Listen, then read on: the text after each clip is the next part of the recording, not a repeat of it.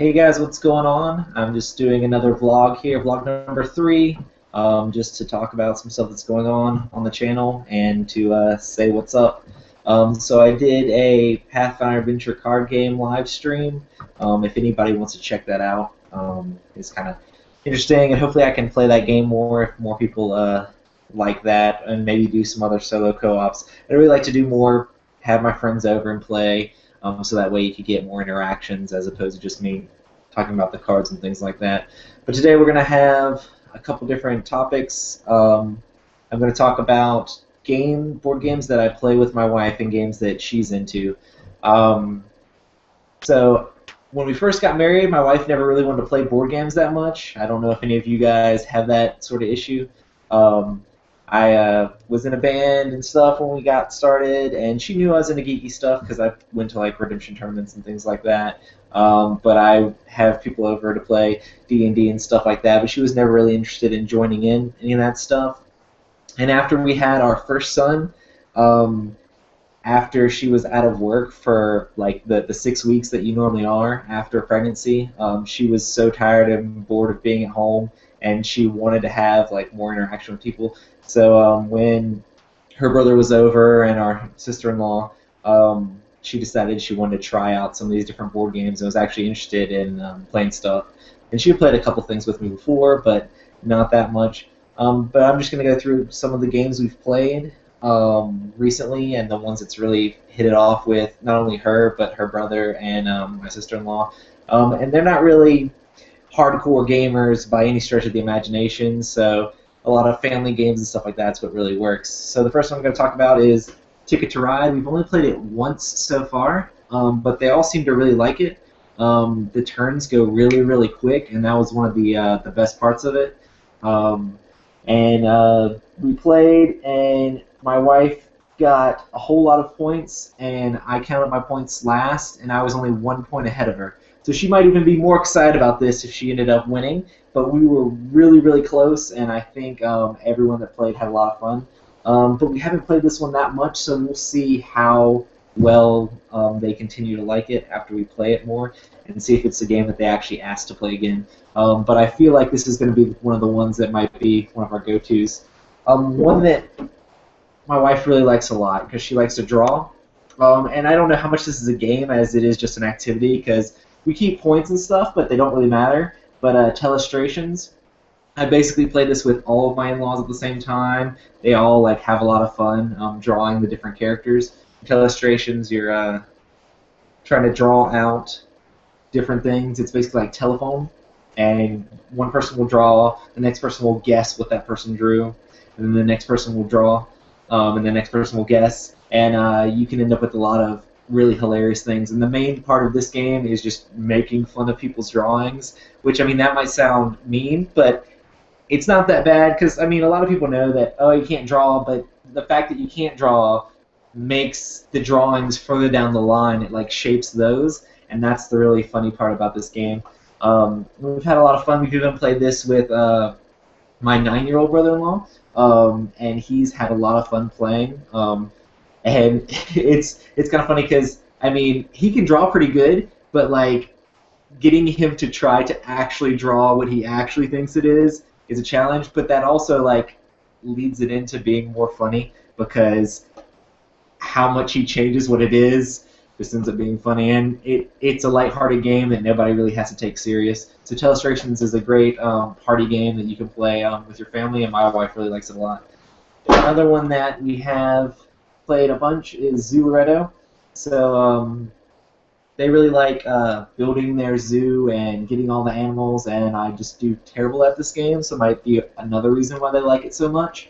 But Zooleretto, you're trying to build a zoo and basically get sets of different animals. You have little trucks that are in the middle of the board, and everybody puts animals on there, and sometimes there could be maybe a little bit of hurt feelings if someone purposely screws you over with a truck, but seriously, it's not that like take that-ish at all. So majority of the games that we play don't have much or any take that in at all because we've played games like Lords of Waterdeep and stuff like that, and if I threw a mandatory quest on my wife. It's very upsetting. We try to play Smash Up, and that game is full of so much take that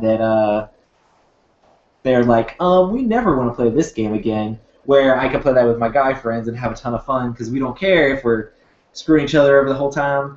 So games that have very minimal take that or anything like that is a lot of fun. But yeah, they're like Zularedo for building and collecting the different animals. It's a good time. So the majority of the next 3 games that I have are all cooperative games. So my wife really likes, while not liking the take that stuff, she really likes the working together part. And as long as we don't have someone that's too overbearing and trying to tell everyone what to do. And a way to make that happen less is a lot of randomness. So she really likes Elder Sign a lot. She's never played Arkham or anything like that, just because I feel like it might be a little bit too heavy or too crazy to get into. But I'm hoping to get her to play Eldritch Horror at some point. But we play Elder Sign. We've played it several times, probably like 3 or 4 or 5, and she's really liked it a lot. We've played with just me and her, which is normally different because she's not tons of up for playing just me and her because she's always afraid that we'll find something to mess each other up on. But that's why co-ops are really awesome because you can play it and work together. But yeah, it's a dice game where you're trying to collect elder signs, going through different parts of a library, and there's different Lovecraftian monsters and things like that, and lots of Yahtzee-style dice rolling. So it's a lot of fun. And then the classic co-op game, Pandemic, curing diseases, going around, trying to eradicate them. Everybody knows what Pandemic is, and if you don't have this game, it's probably a good one to check out, just because most people really like it. The main thing about this game that people have issues with is the alpha gamer thing. So if you're a husband and you're trying to play this with your wife, you need to make sure that you're not trying to tell her what to do the whole time or she's not going to have any fun. And try to lay back and maybe let her tell you what to do and what's going on and how she thinks is best to solve it. And try to work together as a team and not being too alpha gamerish and be like, go over here, do this, do that. But try to work things out together. And if there's someone at the table who's being a little bit quieter, say, hey, what do you think we should do? Try to get everyone involved so that way they can try to do it. We played this with my brother-in-law and sister-in-law, and we had a lot of fun, but my brother-in-law mostly just let his wife tell him what to do the whole game, which was, I mean, he still had fun, I guess, but they really enjoyed it a lot. So Pandemic's a good one to check out. And then her all-time favorite game we've played tons of times is Marvel Legendary. So after playing this game, for some reason she got a whole lot into superheroes and went on Netflix and watched everything Marvel you could find. And she still watches a lot of Superhero Squad with our son, and she's watched a bunch of comics. She's actually gotten into comics by playing this game. So we've started collecting X-Men comics and things like that. So Marvel Legendary is a game where you start out with just simple shield agents, and you're trying to recruit bigger and better heroes. Each time you play with 5 different heroes, maybe more or less depending on the number of players. We've played this with me and her. We've played this with 3 people. We've played this with 4. We played with 5, and we always have a lot of fun. And we played it just the other day too. I've got several of the expansions for this, Dark City and the Fantastic Four expansion, and we've really had a lot of fun trying out the different characters. The point of the game is to try to attack the mastermind 4 times, and some people might get hung up on it's a semi-cooperative game, and we do keep track of the points and things like that, but we do it more of in a Legolas and Gimli sort of way. So in Lord of the Rings, Legolas and Gimli were both fighting on the same side, because if they lost, then it was no good. But at the end of the battle, they said, oh, well, how many orcs did you kill? I killed this many orcs. You killed that many orcs. So that's the sort of thing we're doing here is You're playing the game. We're basically playing completely cooperative and trying to help each other as much as we can, and not really screw each other over at all. Which in the base game, it makes it really easy to win if you do that sort of thing. But in the expansions, I mean, playing full cooperative in the expansions, like, there's plenty of the characters we still haven't beat at all. I also have several Let's Plays of this playing it solo, if you guys want to check it out. But yeah, Marvel Legendary is my wife's #1 game, and it probably will continue to be as long as they keep coming out with stuff for it. So we're really excited to keep on playing this one. So the second part I have today is talking about what I'm excited for. So leading off of Marvel Legendary, what I'm excited for is the new stuff that's coming out for that game. The next set is going to be a Spider-Man set, and let's take a look at what some of the stuff is for that. So it's going to be called Paint the Town Red, and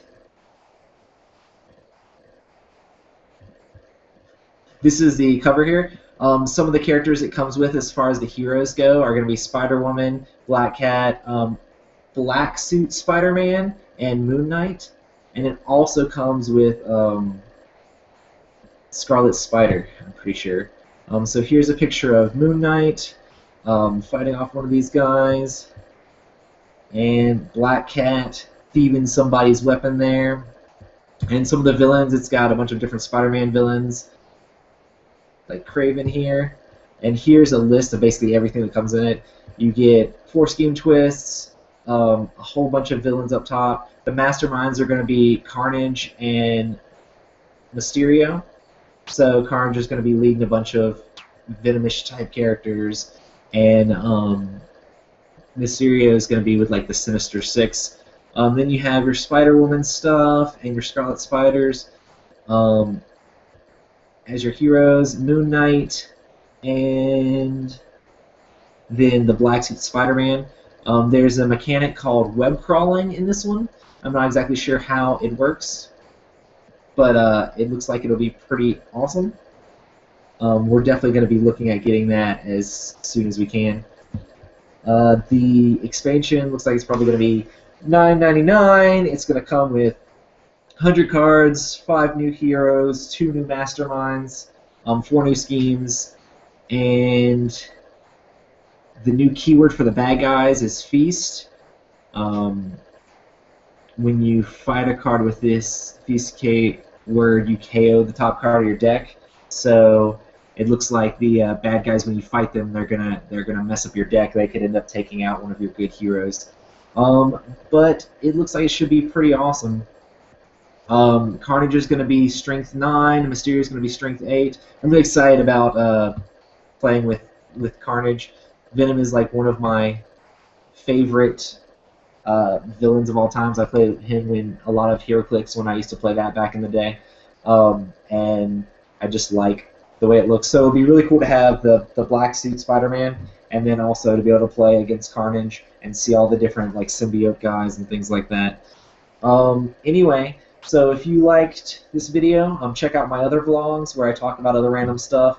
I think I'll continue to talk about a subject and then talk about something that's coming out that I'm looking forward to. Also, that game is supposed to be, the expansion, Legendary, is supposed to be coming out March 12th, I think is the date, and it might come out sooner than that from the forums of what they're saying. So I guess we're looking at that. But if you like any of our videos, check them out. I've got several Let's Plays, a few reviews. Feel free to like and subscribe. Hit me up on Twitter or BoardGameGeek or anything like that. My username is @Roycannaday, so feel free to hit me up on there and say what you think. Anyway, I guess I'll talk to you guys later. Peace.